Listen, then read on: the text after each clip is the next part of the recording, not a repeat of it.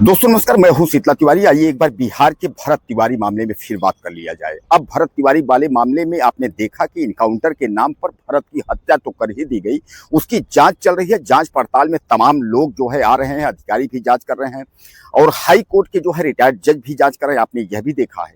लेकिन जो विपत्ति है भरत तिवारी के परिवार की, वह जो है कम होने का नाम नहीं ले रही।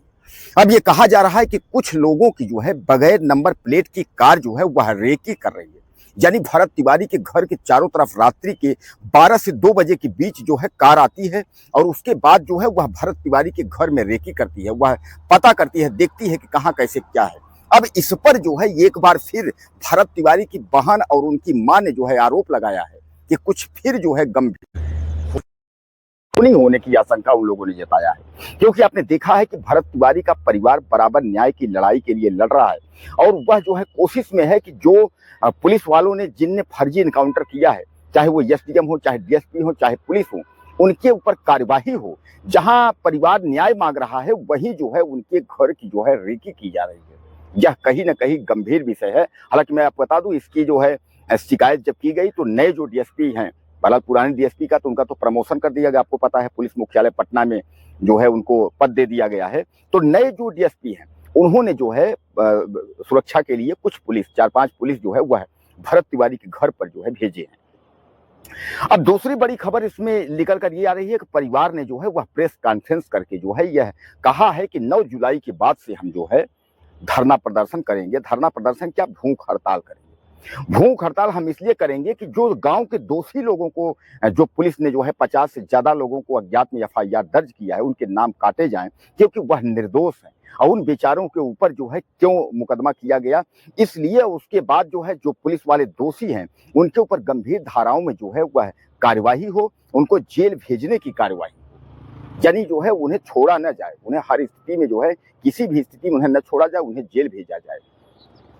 और जेल ही नहीं, उनके ऊपर कार्यवाही, यानी उनका जो है उनको आजीवन कारावास या फांसी हो, जिन्होंने एनकाउंटर के नाम पर हत्या की है। दरअसल दोस्तों आपको याद होगा कि भरत तिवारी की जो है रहस्यमयी स्थिति में जो है उनको मारा गया, यानी जो है उनको एनकाउंटर के नाम पर पहले कहा गया कि 3 गोलियां हैं, फिर बाद में पता चला 5 गोलियां हैं, 6 गोलियां हैं। यानी कहने का तात्पर्य यह है कि वहां झूठ बोला गया और पुलिस, एसटीएफ और सब टीम में मिलकर के जो है इस एनकाउंटर को एनकाउंटर साबित करना चाहा, यानी जो इनकाउंटर सरकारी किया गया था इनकाउंटर साबित करना चाहा, लेकिन इनकाउंटर नहीं, यह जो है इसमें हत्या का मुकदमा सीधे सीधे इन लोगों पर लिखा गया। बाद में कारण यह था कि उसमें जो है यह कहा गया कि भरत तिवारी की यहाँ एनकाउंटर यानी सरकारी हत्या नहीं, उनकी जो है सरकारी हत्या, इनकाउंटर सरकारी के नाम पर जो है हत्या की गई है।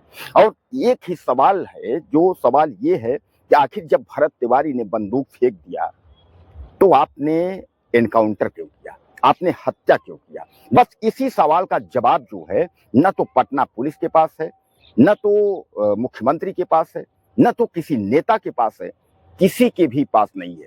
संविधान की अगर हम बात करें या जो भी पढ़े लिखे बड़े बड़े जो लोग हैं उनके पास नहीं है कि आखिर जब सरेंडर कोई व्यक्ति कर दिया तो आपने उसे क्यों मारा और जान से क्यों मारा।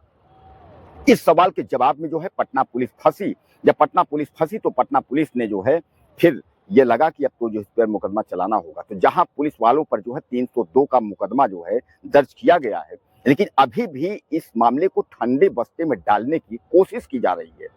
दरअसल मैं आपको बताऊं कि सम्राट चौधरी जो है वह मुख्यमंत्री बनने के बाद उन्होंने यह सोचा था कि हम यूपी जैसा योगी मॉडल लागू कर देंगे, और जब यूपी जैसा योगी मॉडल लागू कर देंगे तो फिर सामान्य बात है कि सब कुछ ठीक हो जाएगा।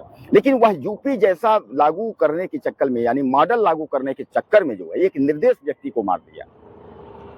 दोस्तों उत्तर प्रदेश में योगी मॉडल जो है वह महीने में 10 एनकाउंटर होते हैं अपराधियों को, जो अपराधी होते हैं उनके एनकाउंटर होते हैं। और बिहार में पुलिस ने एक एनकाउंटर किया, वह भी उसका एनकाउंटर कर दिया जो दूसरों की हक की लड़ाई लड़ता था, जो समाज की लड़ाई लड़ता था, उसका एनकाउंटर कर दिया। और उसकी गलती क्या थी? गलती केवल यही था कि उसकी आवाज जब नहीं सुनी जा रही थी तो उसने बंदूक उठा लिया, और बंदूक उठा लिया और अपनी आवाज दिखाने के लिए कि ताकि हमारी सुनी जाए। उसके बाद जब पुलिस वालों ने कहा तुम्हारी मांग जो है पूरी हो गई है, बंदूक फेंक के सरेंडर कर दो, उसने, भरत तिवारी ने कहा कि हम बंदूक फेंक रहे हैं, सरेंडर कर रहे हैं, लेकिन कोई चालाकी नहीं होनी चाहिए। लेकिन आपने देखा कि जब बंदूक फेंक करके और भरत तिवारी ने सरेंडर किया तो पुलिस ने जो है इनकाउंटर में मार दिया। ये आप समझिएगा। यहाँ कसाब जैसे आतंकवादी बड़े बड़े अगर जो है उग्रवादी आतंकवादी जब पकड़े जाते हैं तो उनको 4-6 सालों जो है बिरयानी खिला करके उनको मोटा किया जाता है, जांच पड़ताल की जाती है, सब कुछ किया जाता है। तमाम नक्सलाइट लोग पकड़े जाते हैं, उनकी जांच पड़ताल होती है, न्यायपालिका के तहत उनको फांसी की सजा दिया जाता है। लेकिन यहाँ ऐसा नहीं था। यहाँ तो बस सरेंडर भी किया व्यक्ति ने तो उसको जो है मार दिया गया। इसका मुख्य कारण जानते हैं? इसका मुख्य कारण वही है जो जवनिया गांव यानी पूरा गांव का गांव मां गंगा में डूबा था, उसको पुनर्वास के लिए यानी बाढ़ स्थिति को जो है पुनर्वास के लिए जहां 1,500 करोड़ रुपए बिहार सरकार को केंद्र सरकार ने दिया था और वही 1400 करोड़ के रुपए करीब जो है वो बिहार सरकार ने दिया था। इस पैसे की जो है बंदर बांट जो है वह एसडीएम से लेकर के अधिकारियों ने किया था और जिसका एविडेंस जो है जो मोबाइल फोन भरत तिवारी का है उसमें है। और इसी वजह से इन लोग अधिकारियों को पता था कि आज नहीं कल ये भरत तिवारी वाला मामला अगर उछलेगा ये जो है खोल देगा, इसमें पता हो जाएगा कि इसमें एसडीएम और कितने लोग इसमें बंदर बांट किए हैं, कौन कौन इसमें फंसेगा और सबकी जो है तहस नहस हो जाएगी। इसलिए जो है इसको एनकाउंटर दिखाकर इसकी हत्या कर दी जाए, ये प्लानिंग के तहत जो है हत्या हुई।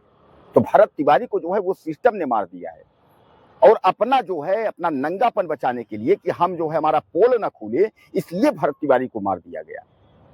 और आपने देखा जब भरत तिवारी के जो है पता चला कि उनका जो है स्मारक बनने की स्थिति आई तो बिहार सरकार ने कहा कि सरकारी जमीन है, एनओसी लेना पड़ेगा, बगैर एनओसी के जो है आप स्मारक नहीं बना सकते हैं। यानी कहने का तात्पर्य यह है कि हर तरीके से जो है कुचलने की व्यवस्था की गई, लेकिन ऐसा कुछ नहीं हुआ। भरत तिवारी का फिर से उठा करके देख लीजिए, वह जो है बागेश्वर धाम वहां भी जाता था, बागेश्वर धाम भी जो है वो भारत राष्ट्र हिंदू राष्ट्र की बात वहां भी करता था, धर्म को लेकर के वहां भी लोगों की लड़ाई लड़ रहा था। उसको क्या चाहिए थी? वो तो शादी भी नहीं किया था, शादी करना भी नहीं चाहता था। बहरहाल जो भी सरकार ने किया और जो इस पर दोषी हैं उन पर कार्यवाही आज नहीं कल जरूर होगी और कार्यवाही होगी। चिराग पासवान ने यह साफ तौर पर कह दिया है। इसके लिए हम बात करेंगे कि जिस डीएसपी का आपने प्रमोशन किया है उसका जो है वो हत्या के केस में उस पर मुकदमा चलाइए, चाहे एसडीएम हो, चाहे डीएम हो, चाहे जो भी अधिकारी इसमें है, और स्वच्छ रूप से अगर जांच होगी दोस्तों, इसमें जो है बहुत सारे लोग पकड़े जाएंगे और नेताओं का भी नाम आएगा।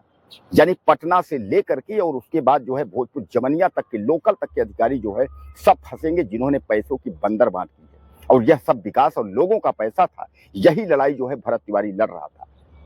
तो बहरहाल एक बार फिर जो है भरत तिवारी के घर पर संकट मंडरा रहा है। उनकी बहनों को, उनके पिता को निशाना बनाने जाने की कोशिश हो रही है। अब यह कौन लोग हैं कि जो लोग जो है यह न्याय की लड़ाई लड़ने वाला परिवार को जो है खत्म करना चाहते हैं? बहरहाल आप लोग कुछ कहना चाहते हो तो आप ज्यादा से ज्यादा मुझे कमेंट बॉक्स में मैसेज करें। आपके मैसेज का मुझे इंतजार रहेगा। अगले वीडियो में फिर मिलते हैं। नमस्कार।